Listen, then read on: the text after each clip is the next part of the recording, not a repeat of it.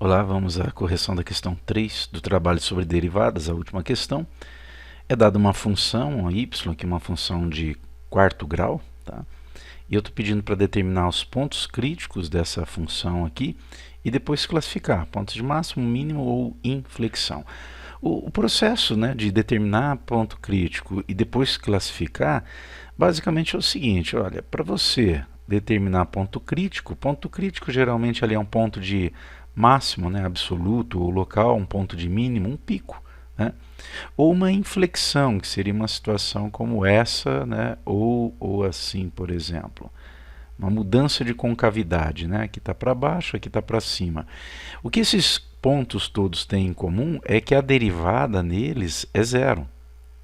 Aqui, por exemplo, está crescendo, para de crescer, ou seja, a taxa de crescimento igual a zero, derivada zero. E depois começa a decrescer. Aqui está decrescendo, para de decrescer e aí começa a crescer. Aqui você tem uma taxa de crescimento que vai diminuindo, ela zera e depois volta a crescer. Aqui está decrescendo, para de decrescer num exato momento, depois volta a decrescer, que é a inflexão. Então o processo é, primeiro, você deriva a função igual a zero, assim você encontra os pontos críticos. Depois, para classificar, você calcula a derivada segunda. Eu vou deixar indicado aqui um vídeo em que eu explico o porquê desse critério da derivada segunda. Tá? Se essa derivada segunda para aquele ponto crítico for maior que zero, o ponto crítico ele é um ponto de mínimo local ou global. Né? É uma situação como essa aqui. Se a derivada segunda for menor que zero, ali você vai ter um ponto de máximo local ou global, uma situação como esta. Agora, se a derivada segunda for igual a zero, você tem ponto de inflexão. Tá? Ponto de inflexão, alguma situação como essa. Ok? Então, vamos lá. Vamos, então, primeiro derivar a função. Derivada de x à quarta sobre 4. 4 vem multiplicando aqui, fica x elevado a 4 menos 1, x elevado a 3. Permanece a constante 4 aqui embaixo, que a gente vai aproveitar aqui e cancelar, né? Vai dar 1 e 1. Menos, depois nós temos 10x ao cubo sobre 3. Esse 3 vem multiplicando, você pode fazer, manter o 10, né? E fazer aqui a multiplicação por 3, que multiplica x elevado a 3 menos 1, então x ao quadrado, sobre 3. E aí já cancelamos aqui 3 com 3 também. Mais, depois aqui nós temos 21, que multiplica, permanece a constante, né? A derivada de x ao quadrado é 2x, só que aqui a gente tem sobre 2, então vai cortar o 2 também. E a derivada de 9, que é 0. Quer dizer que a derivada primeira aqui, é x ao cubo menos 10x ao quadrado mais 21 que multiplica x, ok? Então, para determinar ponto crítico, eu tenho que igualar a derivada a zero e encontrar o x. O valor de x que eu encontrar é um x crítico. Tá? Bom, aqui vai acontecer que x ao cubo menos 10x ao quadrado mais 21x é igual a zero. Uma equação de terceiro grau. No entanto, perceba que todos os termos aqui possuem x, então eu posso colocar o x em evidência. Fica x ao quadrado, né? X vezes x ao quadrado é x ao cubo. 10x ao quadrado já tem x em evidência, então sobra aqui menos 10x. 21x, se já tem o x em evidência, sobra aqui o 21. Igual a zero. Quer dizer que nós temos dois números multiplicados aqui, um deles é x, o outro é toda essa expressão, que vai resultar em um número. Né? E essa multiplicação é zero. Quando que uma multiplicação é igual a zero? Uma multiplicação de dois números diferentes. Quando um deles for igual a zero. Então, quando x for igual a zero, pronto, aqui já tem uma solução, já temos aqui um ponto crítico, tá? Posso chamar de xc, e a outra situação é quando o outro valor é igual a zero. Então, x igual a zero ou x ao quadrado menos 10x mais 21 igual a zero. Então, tá aí. Uma equação aqui já está solucionada, x igual a zero.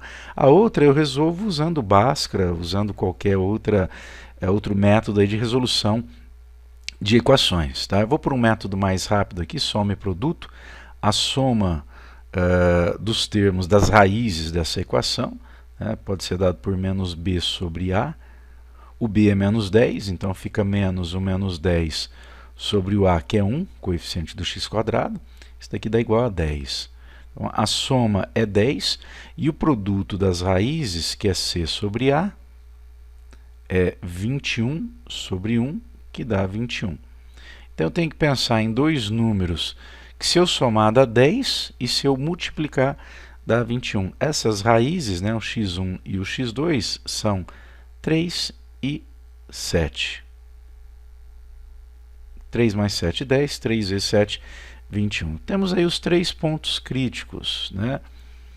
Tudo ponto crítico, porque todos eles são valores que, se eu jogar na derivada primeira, ela é zerada. Ok? Então, 0, 3 e 7. Vamos agora para a classificação. Para isso, eu preciso da derivada segunda. Ok? Então, eu vou pegar essa função aqui, derivada, e vou derivar novamente. Derivada segunda. Derivada de x ao cubo é 3x ao quadrado. Derivada de menos 10x ao quadrado é menos 20x, né? O 2 aí multiplicando menos 10, tira 1 do expoente, fica 1. E a derivada de 21x é 21. Esta é a derivada segunda. O que eu vou fazer agora? Calcular o valor dessa derivada para cada ponto crítico obtido. Vamos lá, abrir um espaço aqui. Então, eu vou calcular a derivada segunda. Estou usando esta expressão aqui. Para, primeiro, x igual a zero, primeiro ponto crítico que nós obtivemos, fica 3 vezes 0 ao quadrado, menos 20, que multiplica 0, mais 21. Tá? Quer dizer, aqui é 0, aqui é 0, o resultado aqui é 21. O que me interessa aqui é positiva essa derivada segunda quando o x é 0. Estou considerando aqui o x crítico igual a 0. Ok? Portanto, eu posso dizer que esse x crítico igual a 0 é ponto de mínimo local ou global. Depois a gente vê isso, tá? É ponto de mínimo porque a derivada segunda para esse valor x ela é positiva. Se eu considerar outro x crítico que nós obtivemos ali, que é o 3, tá? Derivada segunda para x igual a 3 é 3 que multiplica 3 ao quadrado, tá aqui, ó, 3 que multiplica o x, que é 3 ao quadrado, menos 20 que multiplica 3, mais 21. 3 ao quadrado, 9 vezes 3, 27. 20 vezes 3, 60. Então, menos 60, mais 21. 27 mais 21 dá 48. Menos 60 vai dar menos 12. Derivada segunda negativa. Tá? Portanto, esse x crítico igual a 3 é ponto de máximo local. Esse é o critério, cujo link de vídeo eu deixo aí para vocês verem. Se é um ponto de máximo, ou melhor, se a derivada segunda é negativa, é um ponto de máximo. Local ou absoluto, nós já vamos ver. E o último x crítico aqui, que é o 7, que falta a gente avaliar. Vamos calcular a derivada segunda para x igual a 7. Então, 3 que multiplica 7 ao quadrado, menos 20 vezes 7, mais 21. 7 ao quadrado, 49. 3 vezes 49 dá 147. 20 vezes 7 dá 140. Aqui é negativo, né? Mais 21. Tá?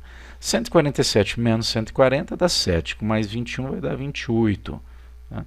Que é um ponto de mínimo também, né? Derivada segunda maior que zero. Então, o x igual a 7, né? Portanto, o x crítico igual a 7 é ponto de mínimo também. Ok? Mínimo local, mínimo absoluto. aqui é só classificar, é só fazer essa classificação que está aí. Agora, percebam que é interessante que esse tipo de estudo, mesmo que a gente não tenha o gráfico, nos dá uma noção do comportamento gráfico da função. Quando eu falo da função, é dessa função original aqui, né? Essa função aqui de quarto grau. Qual é o seu comportamento? Ora, quando o x é igual a zero, vamos colocar aqui numa escala o 0, o 3 e o 7, né? Vamos imaginar aqui uma linha vertical.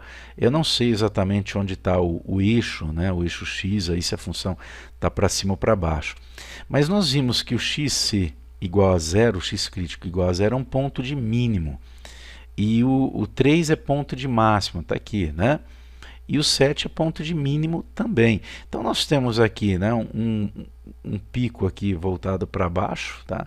Aqui um para cima, ok?